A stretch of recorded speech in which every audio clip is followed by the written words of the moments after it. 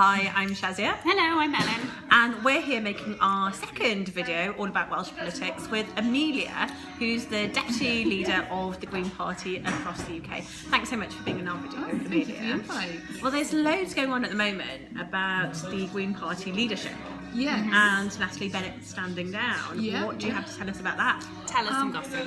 Pretty exciting times as there'll be a change in leadership and we don't really know what that'll be. So I think at the moment everyone's keeping their cards very close to their chests, myself included. But it really sees an opportunity to see new faces coming through, or maybe even familiar faces that people want to see again. So there's very telling. a lot of potential in the next few weeks to see what happens there. So, Well, we think you'd be great. I think you heard this first.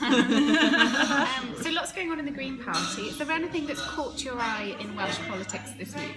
well, we were talking about sexism, and Yeah. I think that this week especially we've seen a lot of sexism in politics, seen a lot of sexism in the workplace and towards women in general, and I think that's probably a good place to pick up since after Neil Hamilton's reference to Leanne and Kirsty being Colin Jones's concubines, which we found shocking, and it just shows that I don't even think it's that Neil's from a different time. I can't imagine any point in politics where it should be allowed to, that anyone would be allowed to say that, and even if he's saying it to cause uproar and get the media attention, it just shows that there's clearly some ingrained sexism there that's not going to be tackled. And, We know that Elin Jones came down quite hard on him this week, but do you think she's gone far enough? Are we more done?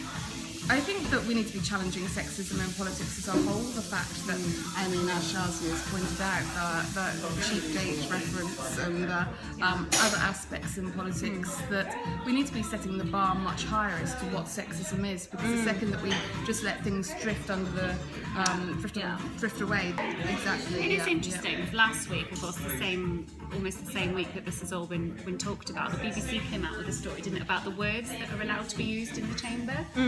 And some of them were quite funny, of course, but there's a growing kind of list of what you can and cannot use, and anything which calls into question the integrity or honesty of an AM is supposedly ruled out.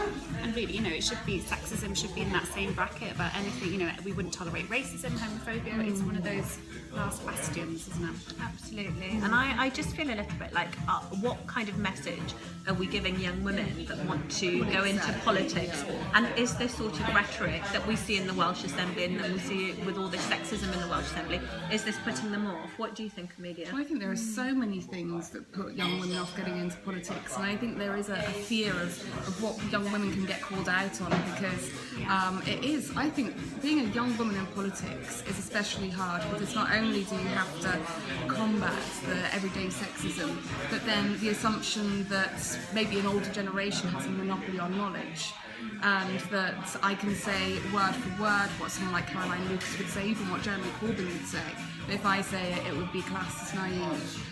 Or that there's, obviously because of my age, I don't understand the basic principles, when the reality is that an older generation doesn't have a monopoly on knowledge, and we need to be having more diversity in terms of age in our political institutions, because nobody knows what it's like to be 20, to be 30, to be 40 would be a relatively young politician in comparison to the average in 2016, unless you're living that, and without having that range of voices that actually reflect what the world's like, then you're not going to get strong policies that work for everyone.